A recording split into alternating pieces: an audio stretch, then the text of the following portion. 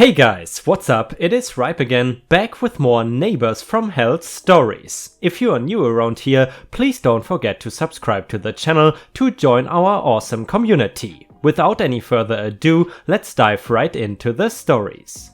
This one is titled, My Pool is Not a Motel Room.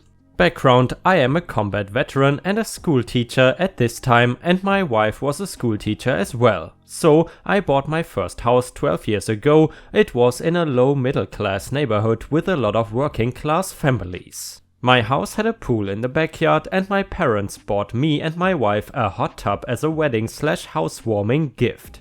2 weeks after moving in, we found a stranger and 6 teenaged kids swimming in our pool when we got home. We will call them Entitled Mom EM, Entitled Daughter ED, Entitled Son ES, and the others I assume to be their friends and or boyfriend. Entitled Daughter was about 18 or 19 years old and her brother about 17. When we told them to get out and get off our property, the EM told me that the previous owner gave them permission to come over whenever they wanted to swim. I explained to her that I was the new owner and that I was not okay with it. I told EM that not only do I not know them, but there is a legal liability for me if they got hurt. She yelled and faked cried, saying I was being a bad neighbor, selfish, and forcing her kids to sweat in the summer heat. She told me that if they died of heat stroke, it was my fault for not letting them swim in my pool. I told her to get the F off my property and never return. Fast forward 2 weeks, I had put up a no trespassing sign on my property in multiple spots and had gotten to know many of the not entitled neighbors. They were great and told me to ignore EM and her kids. They told us she was already bad-mouthing us, but no one ever believed her. Now I start to notice when I wake up in the morning that there is evidence of people using my pool and hot tub at night when we are asleep or away. I find beer cans, cigarette butts, and even a used condom. I figure it has to be EM and or her brats, so I install cameras on the grounds and start videotaping. Sure enough, I catch ED a few others hanging out in my pool Friday nights when my wife and I are out. Friday nights she goes to a friend's house for movies and wine, and I play Warhammer 40k or card games. I figure they must have been waiting for us to leave and then threw a mini party or were quietly swimming while we slept. So I discussed it with my wife and decided to teach EM and her brats a lesson. So the next Friday night I park my car a street over and my wife does the same. We wait in the dark house to see if any of them come over. ED and I assume her boyfriend, ES and I assume his girlfriend, and 4 other teen couples come right over and start skinny dipping in my pool and hot tub. Why a bro and sister would do that together still bothers me. They have beer and I can smell the weed from inside the house. I wait 45 minutes for them to get really into their fun, and 2 are actually having intercourse in my pool. I then spring my trap. I go out with my rifle, a Ruger Mini 14 with 20 round magazine for you gun enthusiasts like me, pointed at the ground but at the ready. When I reach the pool, my wife flips on the back lights and I yell for them to freeze or I will shoot. My wife calls the police meanwhile. They all have the deer in the headlights look on their faces and not one of them tries to speak for a good minute. The ED starts to tell us that she has permission to be there and that we need to let them get dressed. I tell them that if they move towards me or their property, that I would consider them to be charging me or reaching for a weapon and I would shoot. They must have believed me because they froze. One girl begged me to give her her clothes while she was trying to cover her breasts with her hands. Not being a total jerk, I say that I will throw them all their clothing. I then walk over to their piles of clothing, phones and purses and throw everything into the pool. They freak out trying to save their phones and other goods. After 10 minutes the police show up and they have the kids climb out of the pool wearing their soaked clothes and trying to shake their phones dry. I show the police the videos from our cameras, the no trespassing signs, and explain to them that I had told them and their mother they were persona non grata. The kids were arrested for trespassing, possession of a controlled substance, underage drinking and indecent exposure. The police recommended that next time I leave the gun in the safe and let them just come and get them. I told them that I thought they may attack my wife and had to stand my ground. I proved that I never pointed it at them with the videos, so I could not be charged with anything. As the kids are being loaded into the police cruisers, EM shows up yelling at the police and my wife and I. She demands that the police let them go and even tries to open the door on one of the cruisers. The police threaten her with being arrested if she does not back off and leave my wife and I alone. I later found out that the charges against the teens were reduced and they all to plea deals. They all got community service, fines and were put on probation. We got a restraining order against EM and her brats so they could not bother us again. I sent a bill to EM for the cost of draining, disinfecting and refilling my pool and having a professional cleaning service clean up the kids' mess. The bill was for about $400. I had my parents' attorney send it to EM with a letter stating that if it was not paid in 30 days, then we would sue her for a larger amount. She paid, sent a check to my attorney, and thankfully it did not bounce. About a year later, the entire entitled family moved away and we never heard from them again. And guys, I'm curious, what do you think about this story? Do you think the guy's reaction was justified, or was it a bit too much with the rifle and all that? Then again, I suppose that is something that is allowed because as far as I am aware, the laws for trespassing in the US are pretty strict, so you can pretty much do whatever to people who trespass your property. But please correct me if I'm wrong. The next one is titled Neighbour Steals Water from Drought-Stricken Australia. So, as you probably know, Australia has some hectic wildfires going on right now and is in extreme drought. My hometown has high water restrictions in place, so things like washing your car and watering your garden are a massive no-no. The water supply is scary low and there has been talk about the council potentially needing to pay for water trucks to fill it. Even though I live in another city and my parents have moved to the coast, they still own the house we grew up in my hometown and have been trying to sell it, so it has been sitting uninhabited for about 6 months.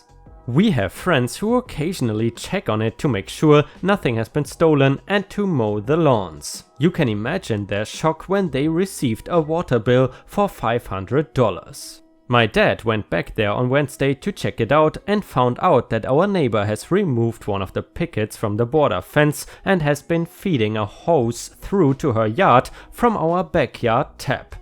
Her backyard is like a tropical oasis, vibrant green lawn, flowers, etc. While everyone else's lawn around it is brown and dead. The bill says the amount of water used is about 200,000 liters.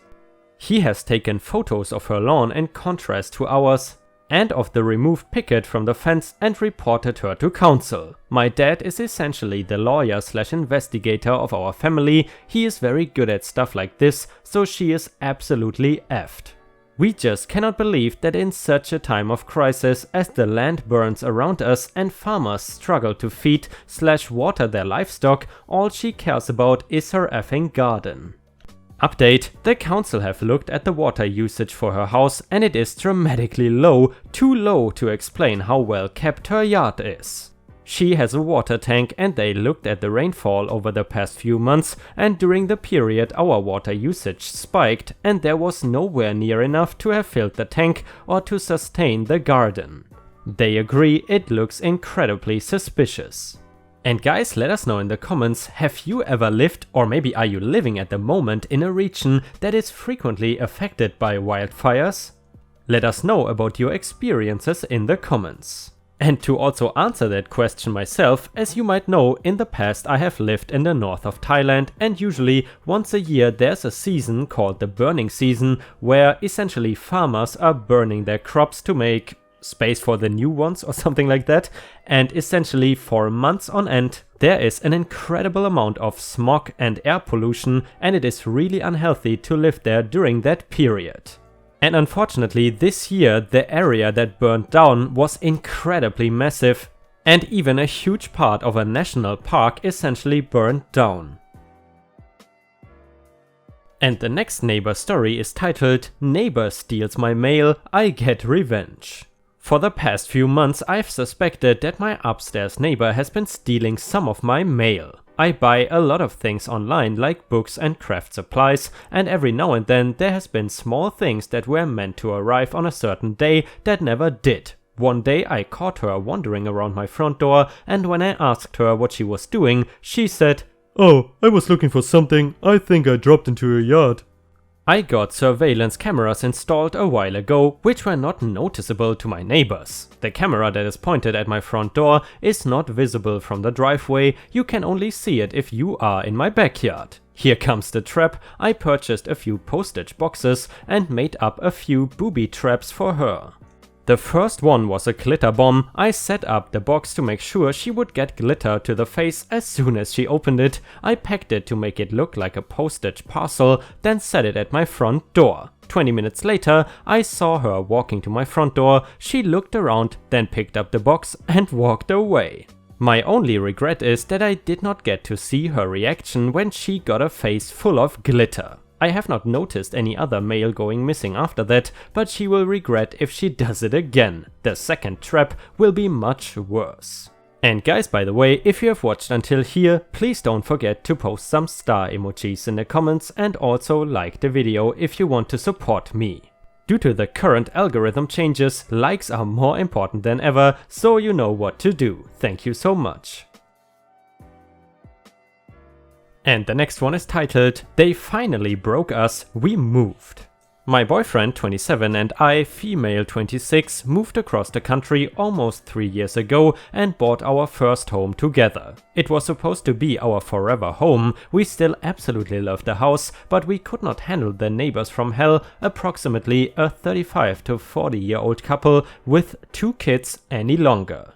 Within the first year of moving in, they had called the police/code enforcement officer/animal control 27 times. We had to leave work many times to meet with the officers to try and plead our case. Every single claim has been false. The second year the complaints slowed down, I think partially because the officers were tired of wasting their time. I stooped down to their level one time and had the police give them a ticket for trespassing on our property, but I had told them many times before to stay off the property. They look around to snoop to find things to try and complain about. After they were given the ticket, they stopped calling on us for a while, about 4 months. They waited until Christmas Eve to call in a fake noise complaint at 11:30 p.m. We were both in bed by that time because we had plans to travel the next morning. They finally broke us last month when we planned to have some dirt delivered for our garden, but were accidentally delivered sand instead. The man from the company came to pick it up and refund our money the next day, and when he was leaving, the neighbor stopped him and said, "Hey, what are you doing over there?" Assuming the neighbor was interested in buying the sand, the guy said, "Just picked up some sand. I will sell it to you for $30 if you want it." The neighbor said, "Nah, are you repoing that sand?" The sand guy looked as confused as I did and kinda laughed and said, "No, they just didn't want it." It probably sounds minuscule, but they are constantly being nosy and looking for reasons to complain. On the bright side, after all the remodeling we did on our first home and because we sold during a good market, we actually made some money on the house after selling. Enough to buy a small house in the country with no neighbors in sight. And guys, I would like to know, did you ever have nosy neighbors, or are your neighbors just splendid? Let us know in the comments. I really hope you are blessed with good neighbors. And the first one is titled, How I Handled a Neighbor from Hell. The year is early to mid 2007. This is how I handled my problem neighbor. Throughout my entire adulthood, I've owned my own home, except for a 2-year period when my son was born and shortly after until we bought another house. During my time as a renter in a bigger town, I had very rude neighbors, middle 50s couple, fairly well-to-do, who would spy and sneer and stare constantly. Their adult children and grandkids did it too. They would stare, and once they saw you looking back, they would slowly shake their hands before turning away. They lived to my immediate right. If you so much as coughed outside, they literally seek you out to stare at you for a minute, mutter something under their breath, and then shake their head and turn away. 3 months of this and I had enough of it. Mind you, I am quite big, around 295 pounds and 6'4.5" and very imposing, and had a long biker beard at the time, and my size did not seem to intimidate them at first. So I decided it would have to be all mental. Since they were always so pissy, I decided the best attack was kindness, mind you, over the top kindness. And by the way guys, I am a biker too, but I don't have a biker beard. I am clearly missing something in my life. Either way, whenever I saw either of them looking at me, or both at the same time for that matter, I would walk/run right towards them with a loud jovial "Hi!" get very close to them, and forcefully initiate small talk. The moment they would try to respond, I would cut them right off and talk over them. Everything they said I would laugh extremely loud at before they were even finished talking, to the point where they would start backing up and I would wave my arms around and act like an idiot. This was an almost daily occurrence for a couple weeks. They seemed to give me more space and were not outside staring at me nearly as often after that, until one day a close friend drove by while I was in my front yard. It took me a second to realize it was him, because he was not in his own car, it was a rental because his was in the shop. The neighbors were on their front porch at the time. He beeped the horn and I looked and saw it was him, and he promptly gave me the middle finger and yelled "F you" out the window, which is something we often did to each other. And then it hit me. The neighbor saw the whole thing. I sprang into action. I yelled back, "You're dead!" to my friend in the car as he kept going down the street, ran inside, grabbed my shotgun, threw it on the front seat of my truck, then ran next door and up on the neighbor's porch, where they were quite startled. I yelled at them, "Who the F was that? Did you send him? Well, he's a dead man now." They were too frightened to respond. I then ran over, jumped in my truck and lit up the rubber, pulling out of the driveway and flying down the street. I caught up to my friend a little ways down the street and got him to pull over. I shared the story with him about what I had just done. He had been well informed as to what the neighbors were doing, and he almost pissed his pants laughing. He is the one who told me what the next step should be, and it went like this. I returned 20 minutes later to the neighbors, still on their porch, staring at me, but trying to make out that they were not, and I pretended I did not notice them. I went inside, got a large beach towel and went outside with it. Knowing they were watching me, I pulled the shotgun out of the truck and started wiping it down with the towel. After clumsily and purposely looking over both shoulders in a fake attempt to check if anyone was watching, I wrapped the gun in the towel and ran around to the back of the house. I brought the shotgun inside and put it away quickly. I grabbed one of my baseball bats and wrapped it in the towel and went into the backyard. I very loudly opened the shed and got a shovel. Making quite a racket the whole time, I could see when I came out that they were looking at me from an upstairs window in their house to see what I was doing. I dug a small hole and threw the towel-wrapped bat in the hole and promptly buried it. The neighbors never spoke to me or stared at me again. And guys, I'm curious if you ever had insane neighbors or even neighbors from hell. Did you do anything to get rid of them? Or maybe did you do something to prompt a change in their behavior? Let us know in the comments. And the next one is from r/ripestories, posted by user GOU0018, and it is titled "How I Got Rid of Neighbors from Hell." Backstory: during my teen years I had for a time the dream of becoming an MET, medical emergency tech, so I started to train with the Red Cross in my country. They will give you a training that is kind of military training, and you are basically part of the emergency services. This is important for later.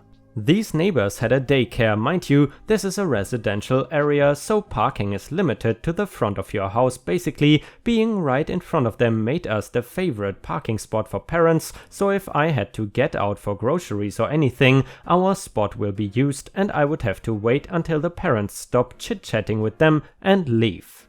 Not only that, some of them will clean their car while parked and leave all their garbage in front of my house, including freshly used diapers. At first I went and asked nicely to please not park on our spot, and all I got was the door slammed to my face, and then I asked several times not to park in our spot, just to be glared at and dismissed, and also being told to F off. The cast is me, AM Awesome Mom, NM Neighbor's Mom, and EN entitled Neighbor. One day after I was done with my training for the day, we were going to the store we lived near, a Walmart at the time. And we see the mother of the daycare owner walking on our direction with a stroller full of groceries. We usually just ignore them because of their rude behavior, so we keep walking, and she started to swear at me and my mom. My mom usually does not mind if you say something to her, but say something about her kids and she will beat the crap out of you. AM, what did you just say? You heard me. F you and your stupid daughter. After she said that, she tried to slap my awesome mom across the face. My mom lifts her arm, so NM ended up slapping AM arm. In response, my AM did slap her across the face hard. I laughed and NM stayed there stunned and left. Minutes later, we were at the entrance of the Walmart talking to one of the many snack vendors in the street, when suddenly I feel someone pulling my hair. I had really long hair and I hate people touching my hair, so I turn around angry and see it is EN trying to hit me in the face. I push her away, but she keeps coming at me, trying to hit me. Mind you, I am 17 and she is a 38-year-old woman. I keep screaming at her, "What the F is wrong with you?" She lunges at me again, but I am able to grab her head and knee her face, breaking her nose, while her NM is trying to fight my mom, also unsuccessfully, because my mom has her by the wrist. And mind you, all of this is happening in front of the security guard, who saw how these two crazy women came to attack us. He managed to stop the NM, but when she saw EM bleeding, she said, "That's it, we are calling the police and get this woman arrested." By that time, the police were already arriving, called by the security from the store. My mom was freaking out because usually the person who has the worst wounds is the one that can press charges, but I assure her nothing is going to happen. We get taken to the police station. The guard said he saw how they were the ones instigating. Then I ask to speak, and while I get called to the front, I put my hair on a ponytail, showing everyone something that changed everything. I was wearing my uniform from the Red Cross. There's something that a lot of people don't know about the laws in my country. If you dare to hit or start a fight with someone in uniform, police, nurse, doctor, firefighter, Red Cross, etc., doesn't matter how injured you end up, you will be arrested for at least 6 months no matter what, and on top of that showed my school ID. I was underage. That added a charge of child abuse, meaning she would no longer be able to have her precious daycare.